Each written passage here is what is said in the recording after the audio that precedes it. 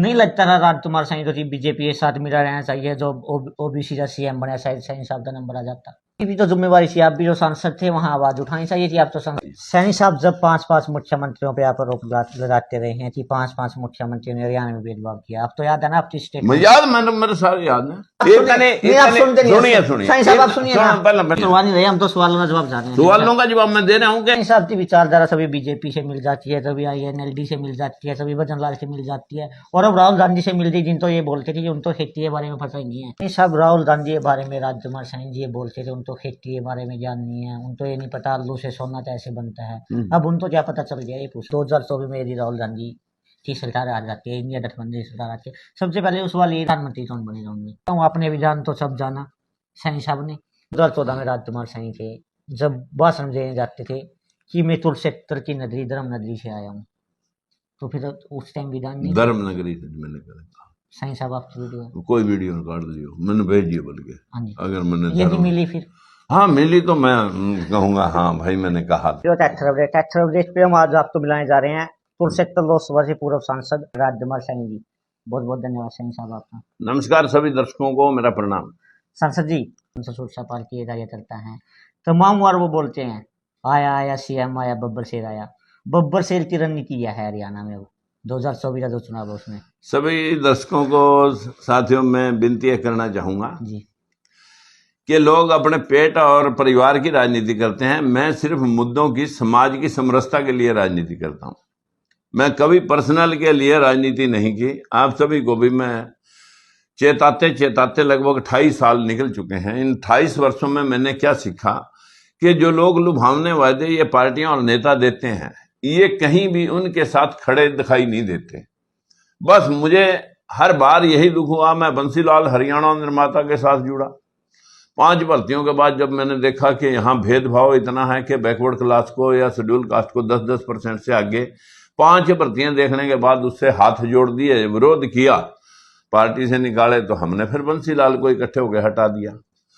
चौटाला बनाया, चौटाले की सरकार में भी हम मंत्री रहे, और मंत्री रहने वह 32 जेबीटी टीचरों की भर्ती में जिन लोगों ने टेस्ट देके 70% मेरिट निचले तबके की ली हुई थी, और वो लिस्ट फाड़ करके वो लोग लगाए जिन लोगों ने अपने टेस्ट भी नहीं दे रखे थे, जिसका विरोध किया, 4 मुकदमे भुगते। और साथियों को बताना चाहता हूं कि पार्टी से निकाले गए, और आप सभी को मालूम है कि चौटाला 10 साल की जेल उसमें काट के आया। भजनलाल के साथ लगे, उसने मेरा मिला हुआ टिकट 2000 में कटवा दिया, फिर अपनी पार्टी बना करके 2009 में लड़े, लोगों ने तीसरे नंबर पर रखा। और जब कांग्रेस में 2011 में हम जो ज्वाइन किया, तो 14 में जब हम सांसद बने तो सिर्फ एक मुद्दे पे बने थे कि मोदी आ रहा है, देश का मतलब ओबीसी प्राइम मिनिस्टर बनेगा और सब ओबीसी के लिए इंसाफ दिलाएगा। आज लगभग 10 साल उनको भी देख लिया, और पिछले 8 साल में पहले ही प्लान में मैंने देखा कि जब सुप्रीम कोर्ट ने फैसला दिया कि भाई बड़ी जातियां रिजर्वेशन नहीं ले सकेंगी, तो उस दिन जो हरियाणा का हाल हुआ उस फैसले के बाद, उस पर भी मैंने कुछ नहीं किया। जो आरोप मेरे पर लगाए गए वो आरोप सिर्फ ये लगे कि राजकुमार सैनी जाति पाति की बात कर रहा है। साथियों, जाति पाति की पिछले 28 साल से मैं समरसता और बराबरी की बात कर रहा हूं। मैंने कभी अपनी जाति या अपने लिए राजनीति नहीं की। मैंने कहा देश को चाहिए अब 100% आरक्षण। इस 100% आरक्षण का मतलब क्या है कि आज इतनी बड़ी पार्टी जिसका कभी यह मुद्दा नहीं था, आज उन्होंने भी इस बात को समझ लिया है कि बिना ओबीसी के, जैसे बीजेपी हर प्रदेश में ओबीसी के चीफ मिनिस्टर चाहे डम्मी तौर पर बनाए, चाहे कार्टून के तौर पर बनाए, और चाहे हकीकत तौर पर बनाए, लेकिन वो सामाजिक जोड़ तोड़ की राजनीति खेल रहे हैं। यही राजनीति अब सभी पार्टियों को करनी होगी, क्योंकि राहुल गांधी से खफा होकर के, दब करके बीजेपी ने आज जो है ओबीसी के कैप्चर करने के लिए ये सारी रणनीति बनाई है। क्योंकि जब राहुल ने यह बात कही कि हम सामाजिक समरसता लाएंगे, नफरत का बाजार खत्म करेंगे, और हकीकत में मणिपुर से महाराष्ट्र तक और कन्याकुमारी से कश्मीर तक की यात्रा में उन्होंने सामाजिक सद्भावना और प्रेम की बात करते हुए जातिगत जनगणना और सभी का हिस्सा सुनिश्चित करने का जब वायदा किया, तभी हमने ये बात 8 साल पहले हमने ये बात कही थी कि आज देश को 100% आरक्षण की जरूरत है। ब्राह्मण, बनिया, ठाकुर, पंजाबी सबको आरक्षित करो, जाति के जनगणना कराओ, किसी का हिस्सा कोई पीएम या सीएम बनने की वजह से किसी जाति का हिस्सा कोई डकार ना सके, इसी व्यवस्था को हमारे को लोड़ है। सैनी साहब 2014 में जब आप सांसद बने तो आपने बोला ओबीसी प्राइम मिनिस्टर के तौर पर एक्ट किया मोदी। तो जब 2019 का चुनाव हुआ, आप सोनीपत से चुनाव लड़े और आपने अच्छी फाइट भी दी, तो नहीं लगता था राजकुमार सैनी तो बीजेपी के साथ मिला रहना चाहिए, जो ओबीसी का सीएम बने शायद सैनी साहब का नंबर आ जाता। देखिए, मुझे ही सब कुछ मिले ऐसा मेरा ना कल और ना आज, ऐसा कोई सपना लेके मैं नहीं चलता। हकीकत में अब मान लीजिए मोदी को बनाया आरएसएस ने प्राइम मिनिस्टर जी। अब प्राइम मिनिस्टर की ड्यूटी थी ना, ये 11% को 52%, 50% उनकी हिस्सेदारी सुनिश्चित करना, शासन प्रशासन और भागीदारी। आपकी भी तो जिम्मेवारी थी, आप भी जो सांसद थे वहां आवाज उठानी चाहिए थी, आप तो सांसद। अरे भैया, उस आवाज उठाने के ऊपर तो ये सारे लोगों ने राजकुमार सैनी पर जातिवादी के आरोप लगाए। जिन लोगों ने आरोप लगाए उनके साथ हाथ मिला लिया आप लोगों ने? मैंने उनके साथ नहीं हाथ मिलाया। किनके साथ मिलाया? मैंने तो मिशन के साथ, मुद्दे के साथ हाथ मिलाया। आज बीजेपी 8-10 साल के बाद देखने के बाद मोदी प्राइम मिनिस्टर जी, ओबीसी अपने आप को बताता है, हम वहीं 11% में हैं जी। तो समझ लिया कि नकली बोल रहा था, झूठ बोल रहा था, सबका साथ सबका विकास कोरा बकवास बोल रहा था। इसीलिए आज कांग्रेस वाले बोलने लगे कि हम 100% मतलब हम जातिगत जनगणना कराएंगे, सबका हिस्सा सुनिश्चित करेंगे। तो हमने मुद्दे के साथ उनको समर्थन दिया है, ना कि अपनी पार्टी का विलय किया। सैनी साहब जब 5 मुख्यमंत्रियों पे आप आरोप लगाते रहे हैं कि 5 मुख्यमंत्रियों ने हरियाणा में भेदभाव किया, आप तो याद है ना आपकी स्टेटमेंट? याद, मेरे सारे याद है। 5 मुख्यमंत्री, उस मुख्यमंत्री में एक मुख्यमंत्री भूपेंद्र सिंह हुड्डा भी थे, जिन प्यारापुर थे। आप हुड्डा से मिले हो गठबंधन में शामिल होने से पहले? मैं आपको बताने लग रहा कि मैंने राहुल और खड़गे जी की मौजूदगी में समर्थन दिया है। उस वक्त वहां भूपेंद्र सिंह हुड्डा नहीं, आपने सबने देखा। उससे पहले मुलाकात हुई है। मुलाकात का क्या, तो 1000 बार उसका बेटा वो मतलब जो है ना साहब हाय हल्लो, तो हमारी कुछ निजी दुश्मनी थोड़ा है। नहीं, निजी दुश्मनी आपसे बातचीत करने लिए तो ही नेता आया ना, ऐसा कोई मतलब। एक बार जयप्रकाश जी ने चर्चा चलाई थी, मैंने कहा भाई ठीक है, मैं कौन सा कोई जातीय भेदभाव तो मैंने कभी किया नहीं। पीछे ब्राह्मणों ने लगाया मेरे ऊपर आरोप। मैं तो अंधविश्वास की बात बोलता हूँ कि ये देश, इसका देश का सर्वनाश सिर्फ धर्म के नाम पर, लूटपाट के नाम से हुआ। आज भी वही कर रहे लोग। सैनी साहब जयप्रकाश साहब से मिलने आए थे, आप मिलने गए थे, स्पष्टता कर दीजिए ना थोड़ा दर्शकों। अरे मेरे भैया, ऐसे ही मतलब जो है ना हमारी दिल्ली में मुलाकात होती है, कोई वो अरेंज मीटिंग नहीं है जी। कि भाई इकट्ठे नहीं हो सकते। मैं हो सकते हैं, नहीं हो सकते हैं ना। ये जो अभी जाट कम्युनिटी है वो ये आरोप लगाती है कि राजकुमार सैनी ने हरियाणा जला दिया। अब पहला नहीं, अभी स्टेट उन्होंने बोला कि राजकुमार सैनी ने हरियाणा जला दिया और भूपेंद्र सिंह हुड्डा से हाथ मिला लिया, वो दोनों ही साजिश करता थे। ये हुड्डा ही साजिश। दर्शकों, क्या आप जानकार हो कि राजकुमार सैनी के हाथ में कभी आपने कोई लंबू देखा, कोई बम देखा हो जलाने में? मैं कहीं मेरे पर कोई मुकदमा बना, मेरे द्वारा कोई प्रेस विज्ञप्ति, कोई अपशब्द किसी जाति को लेके, या कोई ऐसी वीडियो ऑडियो जो मैंने सामूहिक तौर पर स्टेज पे बोल दी हो, तो मैं गुनाहगार हूं। चौराहे पर कुत्ते छोड़ करके मेरे को बल पड़वा दें। सैनी साहब लेकिन आप सुनिए सर, आप सुनिए पहले मेरी बात आप भी सुनिए जी। इनोसेंट इतनी दुनिया नहीं है जो आप जबरदस्ती मेरे से खिलवाना चाह रहे हो। इतनी दुनिया इनोसेंट नहीं है। हम तो सवालों का जवाब चाहते हैं। सवालों का जवाब मैं दे रहा हूँ कि इतनी दुनिया इनोसेंट नहीं है कि मैं किसी के आरोपित करने से आरोपी हो जाऊंगा। सैनी साहब, आपका जो वीडियो है, वीडियो में हमने भी देखी और आप भी बोलते हैं कि 5 मुख्यमंत्रियों ने भेदभाव किया। आप मानते हैं भेदभाव? अभी तक जितनी भी पार्टियां देश पर अपने प्रदेश में रूल कर चुकी हैं जी, उसमें not only Congress ji, Inelo ji, Vikas party ji, मैं उनमें भी रहा जी, सभी ने भेदभाव किया। और उस भेदभाव के शिकार कौन हुए?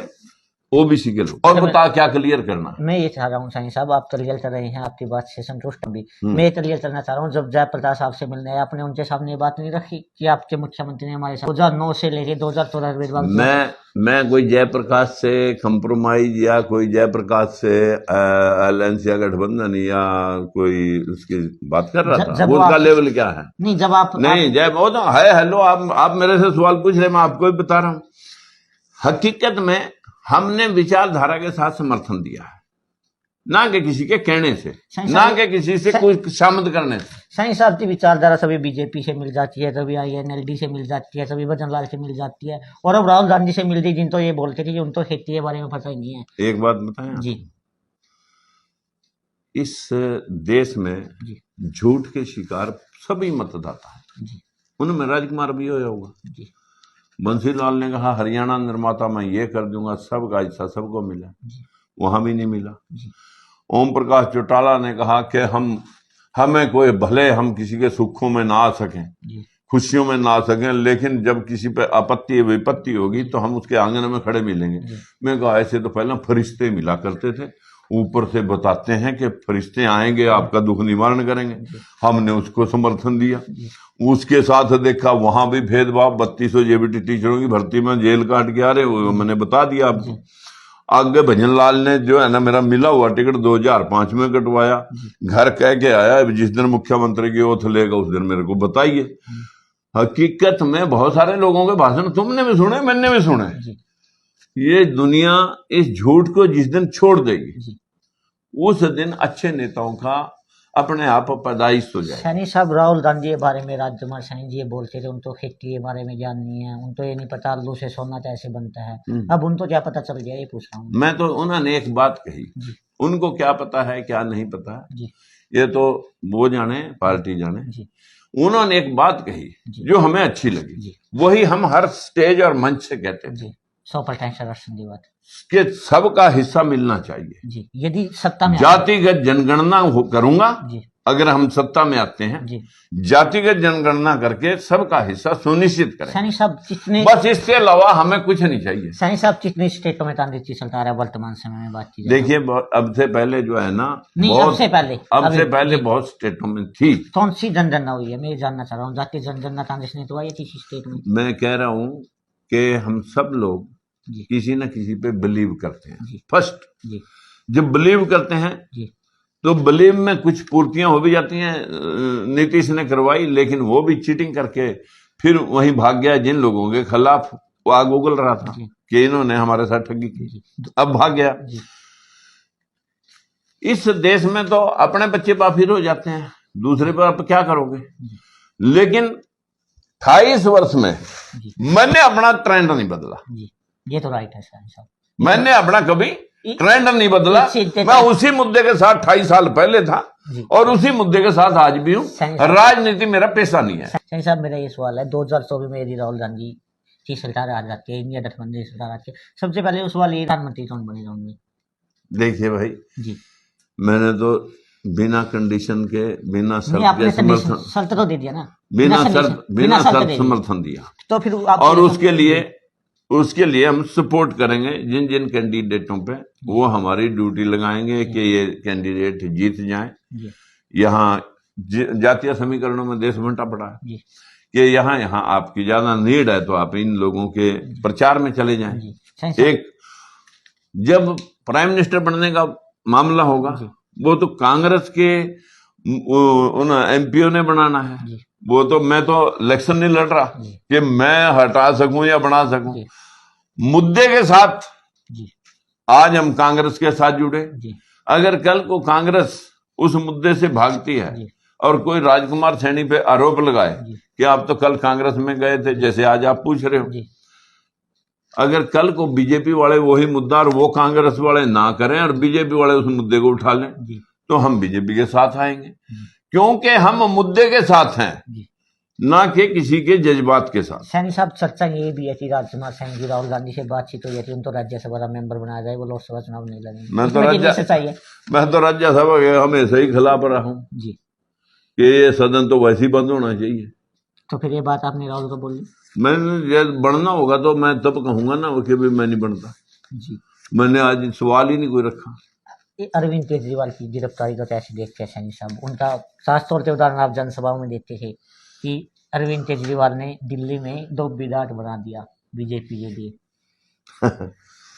मैं तो बिगाड़, वैसे तो इस वक्त ऐसी पोजीशन बन रही है जी बीजेपी की, जी कहते हैं ना तो बेकुत्ता घर का न घाट का, जी ऐसी पोजीशन इस वक्त जो है ना मंदिर के नाम पे इलेक्शन लड़ने की मतलब प्लानिंग करे बैठे। जी पिछला इलेक्शन पुलवामा था, जी उससे पहला इलेक्शन ओबीसी था, जी अब ये इलेक्शन मंदिर है। जी मंदिर में तो लोग बाहर और अंदर दोनों जगह भिखारी बैठते हैं। जी इन भिखारियों से अगर आप ये सोचो कि देश में रोजगार मिलेगा, जी किसी मंदिर से रोजगार पैदा होगा, ऐसा तो कुछ होने वाला नहीं है।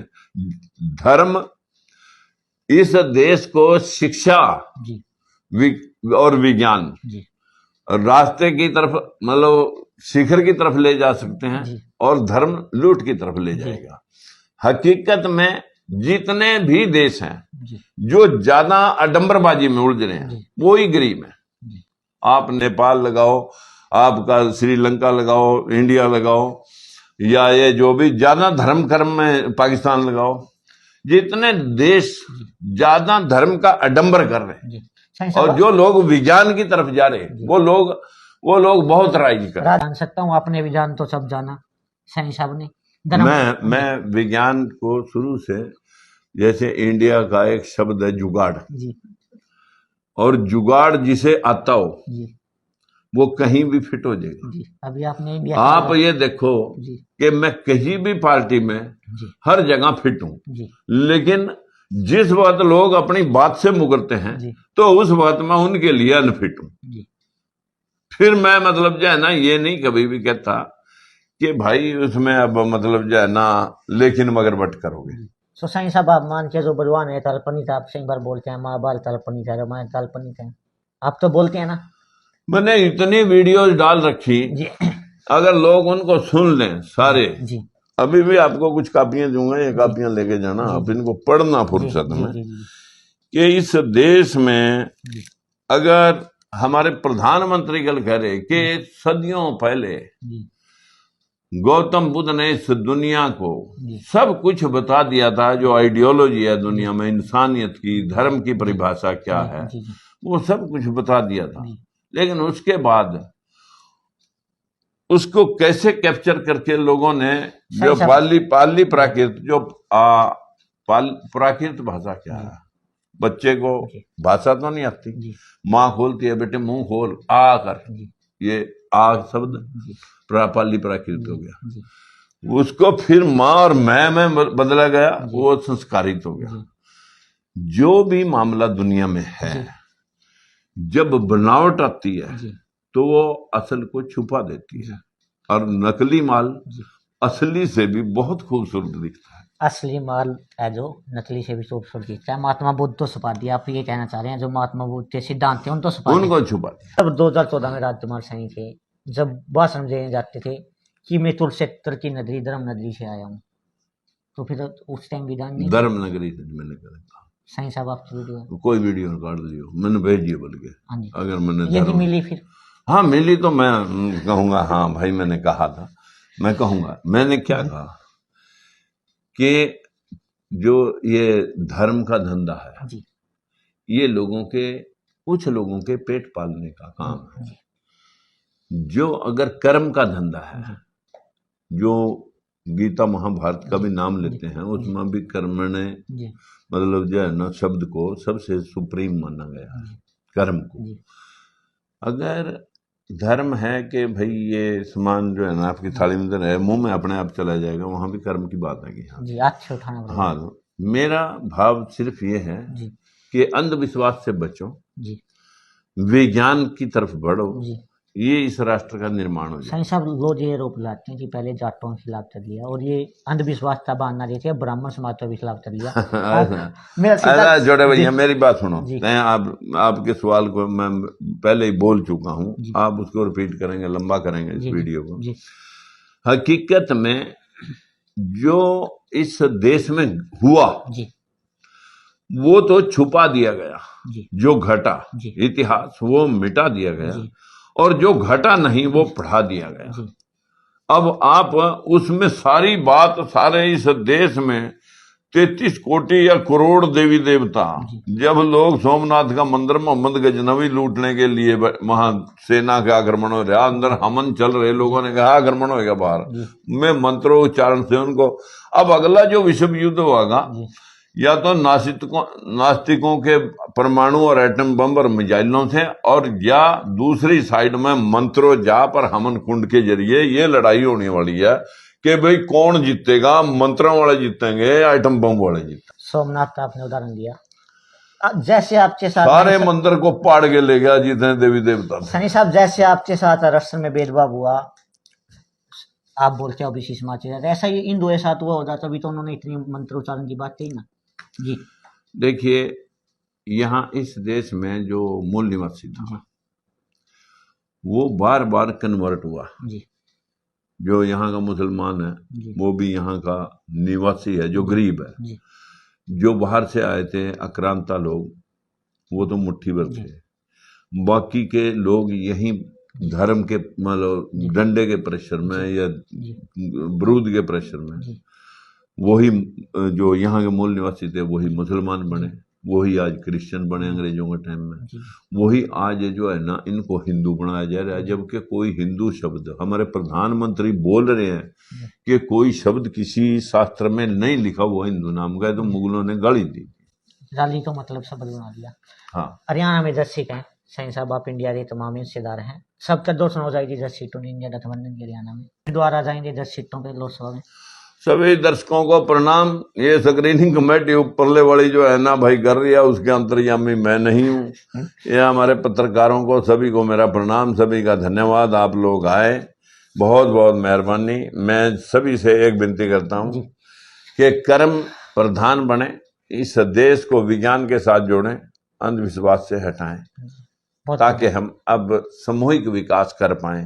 अन्यथा कोई नीच और कोई ऊंच नहीं, कोई भगवान के दरवाजे से नीच पैदा होया। जिस नारी को धर्म के ग्रंथों में नारी नीच बताया गया, नीच योनि बताई गई, वो धर्म नहीं धंधे के हैं। बहुत बहुत धन्यवाद सैनी। ये थे हमारे साथ राजकुमार सैनी जी, जिन्होंने अपनी बात, जो तमाम लोग जिन पे आरोप लगाते हैं पीछे जातिवाद को बढ़ावा दिया, उन तमाम सवालों का जवाब इन्होंने दिया। आप लोगों ने क्या राय है, कमेंट करें, शेयर करें।